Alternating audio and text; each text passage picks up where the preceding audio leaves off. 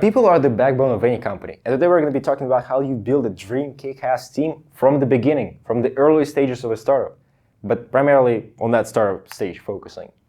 And we're going to be talking about where do you find people like that, how do you build that team, how do you hire executives, and everything in between, so be sure to stick around. But first, let's start with core team. When you are at that earliest startup stage, you have two most important people in there. You have the CEO and you have the CTO. One guy or girl develops everything, develops the product. Another guy, the CEO or girl, he or she sells everything, markets it. And essentially, at the early stages, those are the only people you need to function. But then later on, when you start having cash flow, when you start having taxes, like people coming in and you have to have them on payroll, you can have the chief financial officer. And then you can have a chief operational officer to take care of all the people, of all the managing, how operations are following in the company. So, but the early stages, they're not necessary people to have. But later on, when you have, maybe you have chief marketing officer, they will be taking care of marketing and sales, so two departments. And then CTO can have project manager who will also be managing engineering team and design team. But the early stages, you probably didn't even have any of those departments or any of those people at all. But then when you start hiring people, you can get first starting with engineering people who are going to be developing your product, then who are going to be marketing and selling your product, then who's going to be managing your company overall. So you're going to have that hierarchy because the company is growing. You need more people who are going to be responsible for handling other people. But if you are a SaaS company, right, you are the CTO and you need to have project manager. But again, at the early stages, it's not that necessary because maybe you don't have that many people to start with, so you can handle it by yourself. But you need to have other people later on when you develop your product further in terms of software as a service. We're talking about software as a service right now. So you have full stack, back-end, front-end developers.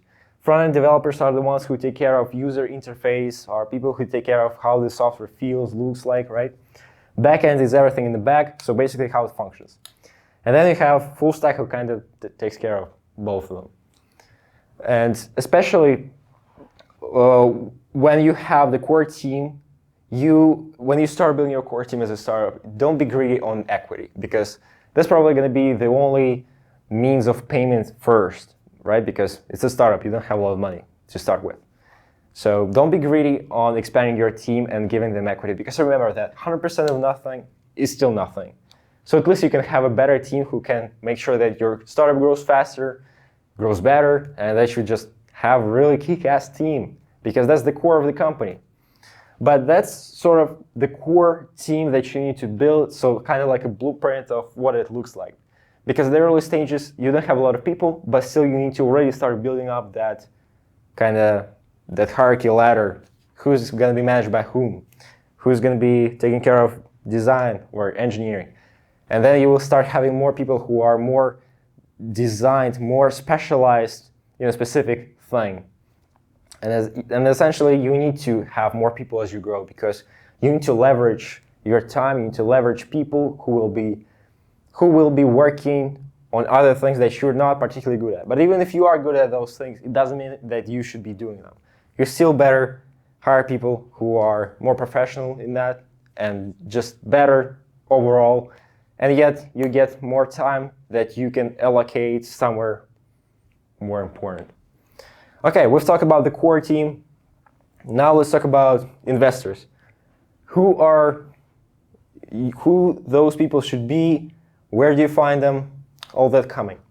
So when you find an investor, the first thing comes to mind is probably that they need to provide money. Yes, but on top of that, they also need to provide their experience. They need to provide their network because money is not enough. They need to facilitate the growth with their experience because they have invested in other companies as well. So they know the dynamics. They know what works in the market, what doesn't. And you better have those investors who are capable of helping you, who are not just going to be silent equity holders, right? And how do you find them? How do you find investors like that? Well, there's no point in cold calling them or cold emailing them, because if you find some famous angel investor or a VC from LinkedIn or, I don't know, Crunchbase or TechCrunch or, I don't know, PitchBook or any other place on the internet, they get hundreds of emails a day with companies, and there are like a lot of great companies. So it's really not wise for you to think that out of those 100 companies, he's gonna randomly point in your email and like, you know what, this guy got something. Maybe I will invest in him. But that's not happening because most of the emails end up in the spam anyways. So yeah, it's not good. So it's really hard to reach investors through cold outreach, right? It's way easier if you know some angel investor or VC from some other network, like through the network of your friends or your colleagues, or so that they can introduce you to them. So essentially that's going to be way easier for you to get to them. Another way is that you don't need to reach out to investors at all. Because look, if you are generating buzz, if your company is really growing, then you don't need to do all of that because investors will come to you. There's the thing called FOMO, fear of missing out, because investors hate when they miss out on investment opportunities, the great ones. So they're gonna come to you. And how are you gonna do that? Well, first, just have really good growth, have clients. You need to also establish your internet presence, establish your profile on websites like Crunchbase and PitchBook.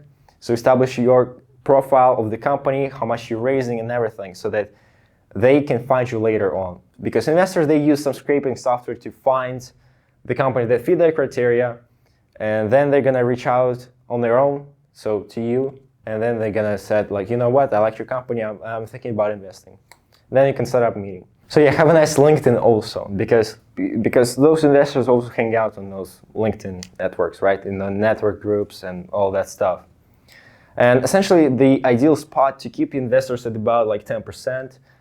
It's ideal to keep them at 10% on each round. It could be a little bit less, could be a little bit higher, like it doesn't matter, right? Ideally, you would still want to keep them on each round of like 10% of valuation, right? To give them equity of around 10%. Okay, but then you have advisors. Who are advisors? Aren't they the same thing? Yes, investors could be advising you, providing you with experience and all that, but advisors are a little bit different. It's a separate board of advisors. People who are not directly involved in your company, but still are helping you with their expertise, with their advice. Those could be people from different backgrounds. Those could be lawyers or, I don't know, accountants, or people who are not necessarily working in your field, but still who are capable of providing you with their expertise and their knowledge and their networks. And those people are not like directly involved, right? But still you can have meetings with them like once a month, once a quarter, something like that. And essentially you would give them like between 2 or 6% based on value, but it could be as low as quarter or 0.5% or 1%. So yeah, it's still a great thing to have advisors. Where do you find them? Well, LinkedIn is also great for finding those kind of advisors. But essentially, yeah, you need to reach out to them or they will reach out to you. You need to be setting up a meeting with them. A board of advisors is a really cool thing to have. For example, we personally, in our startup, we don't really have a board of advisors. We kind of have a partnership with University Entrepreneurship Society, Alto Startup Centers, have people, mentors, business coaches who help us whenever we need. If we need some help with marketing or sales or programming or some kind of advice on how to pursue an investor or something, we go to them and ask them like, hey, we need a meeting because we are having problems with marketing and we have questions about it. And then they set up a meeting with us and we take the course of action that they advise us. So yeah, advisors are really cool. And essentially, we are not even giving them equity because we have that partnership with the university. So essentially we get that help from advisors and we also get office space. Moving on to payroll early employees. Okay, where do you find them? Well, try posting a job on LinkedIn or any other job search software. So yeah, it's not really hard to find employees, but you need to make sure that you hire right ones. So we're going to talk about later we're going to talk about how to hire executives, and we're going to come back to earlier to payroll early employees because it's also kind of similar. It's similar at least on the startup early stages. And wait, interns. Why do we have interns? Why do I need interns, right? I just made a video about the interns, why you should be hiring them. Because look, interns are a very underappreciated resource that can really help to your company, especially if you are a startup. Because if you are a startup, you probably don't have a lot of money, but interns are a really cost-effective solution to a lot of things, right? Obviously, you have to train them. Obviously, they're not going to be employees of the company, and obviously, they're not going to be delivering high-quality work. But if you train them, you still can leverage their knowledge and their experiences. Okay, they probably ain't got a lot of experiences. They probably ain't got any experiences. But still, you can train them and leverage them not simply as the brute labor force, but actually as people who can really help your startup. And yet, they're cost-effective.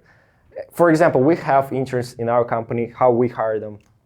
Well, again, lucky opportunity because we work in a university and we have, we live in Finland, and so it's in Europe, and there's an Erasmus network which kind of connects all the universities around Europe, and that Erasmus network helps those students find an internship in startups and companies, and we were one of those companies. So I got approached by an HR, and she said that, hey, we are from an Erasmus network. We help startups find interns and other way around. And I like, okay, great. I need employees. Well, at least interns. And essentially, interns gonna get a grant from a university so that I don't even have to pay them because they get paid for like living expenses, and essentially they get paid to come to Finland and work with us. So we just give them internship, and again, it's even not a paid internship, but still, it's even in our interest to pay them some kind of a grant or bonus in the end to keep them motivated, right? Because still, everyone needs money. And I was asking like, okay, how many interns can I have? She was like, well, how many do you need? I'm like, we need an army of interns. And well, so far I got like a small gang of interns, but still I'm going to be hiring more because, damn, interns are really cool to have.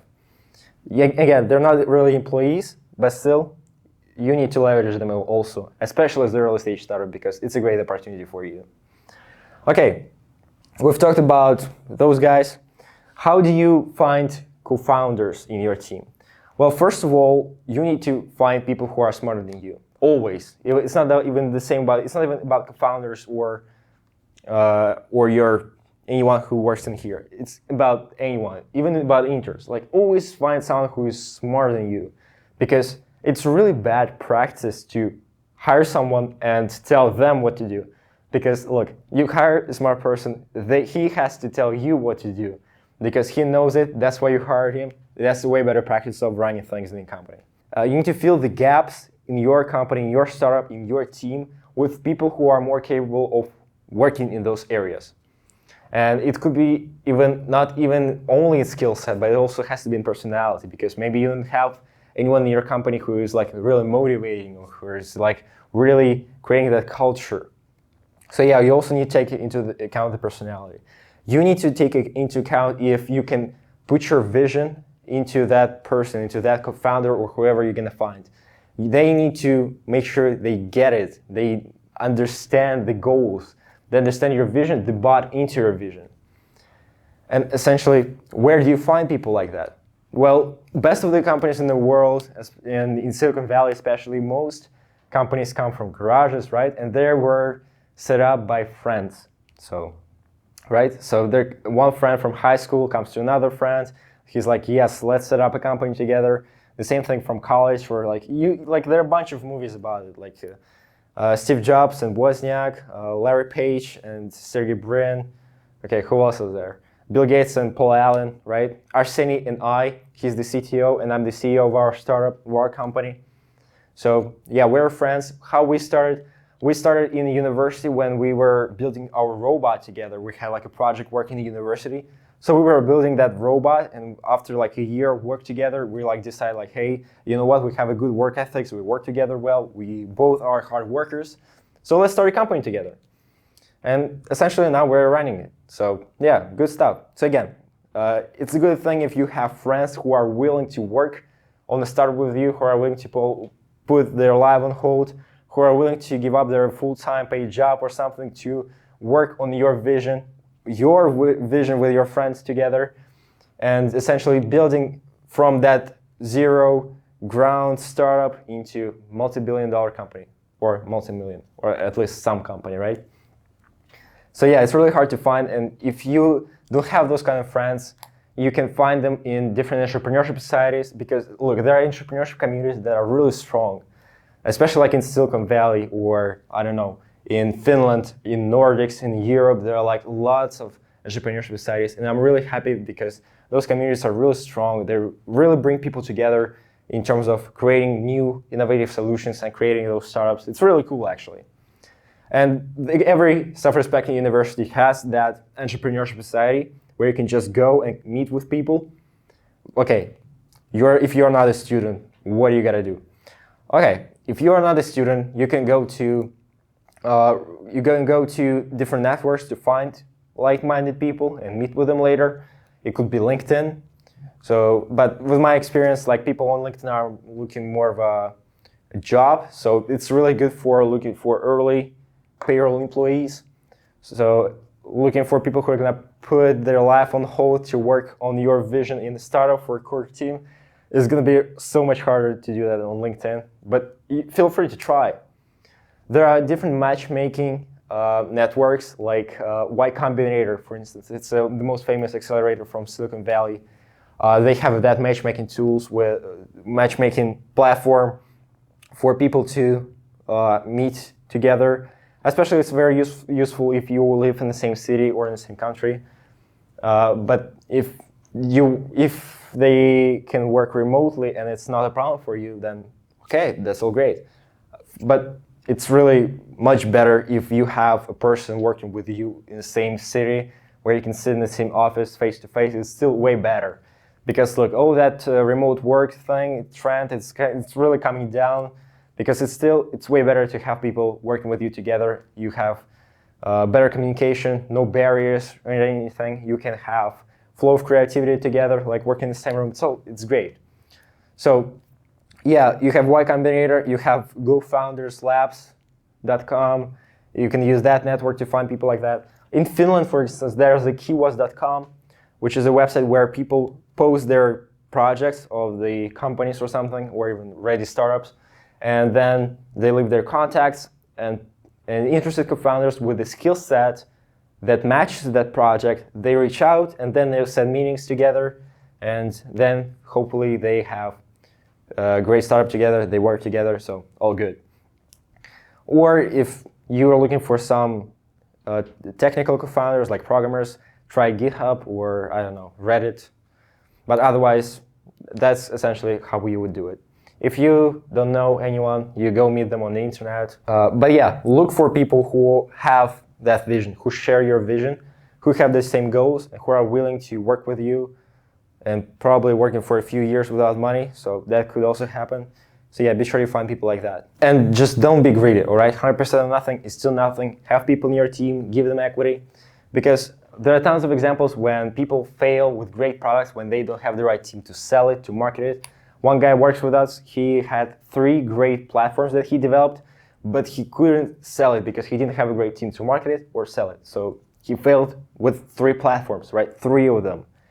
I also started my own marketing automation software company when I was in my bachelor's for the first year. Okay, it wasn't a company, it was more of a project. I couldn't find anyone, so I really wanted to work on my own startup. And I was looking for people, and yet I couldn't find anyone.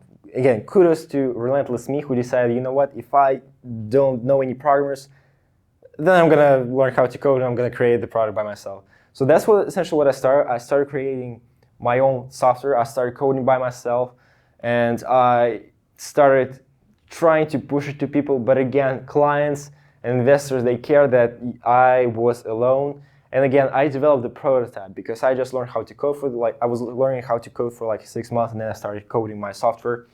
And essentially, it didn't really work that well because, well, it's a prototype. I developed it alone. Honestly, it's kind of sucked. It did the job. It could show you what it could do, but it's not something that a business would use for marketing. And essentially that's how I failed, because investors couldn't invest because I was alone. Well, why would they invest, right? I didn't have a team to take care of the company. So that's why it's really important to build a great team. But the biggest challenge when you build your team is the communication. Especially if you find someone through those networks, then communication is the biggest barrier. If you don't break that barrier, you're gonna absolutely fail. Because as company grows, communication becomes harder because you have more communication channels, you have more people, you have to talk to more people to solve those different problems with different departments. The communications becomes much harder, and if it's already hard at the earliest stages, then you're completely screwed. And so why it's hard with people who you just met on those networks? Because you still kind of feel weird because, well, you just met them. You cannot just tell them that the work they do is completely sucks. Because look, it's not this case with your friends who you worked with or you started with and then you started doing company. Because look, Arseny and I, we work together, we're friends. We've been friends since university when we started working together on our robot.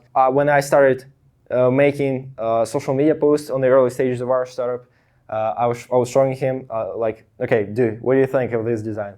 He would turn to me and say, it's shit. I'm like, okay, what did you like about it? And he's like, well, I don't know, I just don't like it. When I look at it and I know that I don't like it, I'm like, okay, thanks, that was helpful. And that is really important because, look, it's better to say what you mean to say. It's like, say what you want to say. Like, use the word that you want to use. Like, don't sugarcoat anything. Don't, like, try to downgrade, downplay it or anything, or use, like, in gentle way to sort of deliver the painful information. Don't do that. Just say things that you mean, like, because it's a way better way to communicate. Because a startup is a dynamic thing, it's a dynamic environment, and communication is very important. And startups are actually very keen on profanity. So there's a lot of swearing going on, especially among engineers. But it's a good idea to draw a line that you don't cross with profanity. But still, just communication, right? The biggest challenge that you need to break, if you break it, then you use your team 100%. How do you hire executives? So essentially, you always need to look for executives that are good for your company today. So don't hire executives who are good in general, who are going to be good 5 years from now or 10 years from now. No, hire today who is going to be helping you exactly today with the task at hand, right? Because startup changes, right? Startup's growing because the things that you need for your startup are the completely different things that you need for your enterprise, like after 5 years. So that's why let go easy, right? Don't settle for anyone. If the executive or maybe even the co-founder, it also happens. If they don't fit the profile of your company anymore, let them go. Find someone else, because it's just the company evolves. You constantly have to reevaluate people. It's the same true for executives. The same true for co-founders. For example, CEO. I may be a good CEO for a startup, but I'm not maybe a good CEO for an enterprise. So I need to develop my skills further. And I constantly need to reevaluate myself, or other executives too. So yeah, hire someone who is good today. All right, then you need to identify the strengths. So figure out who you want to hire.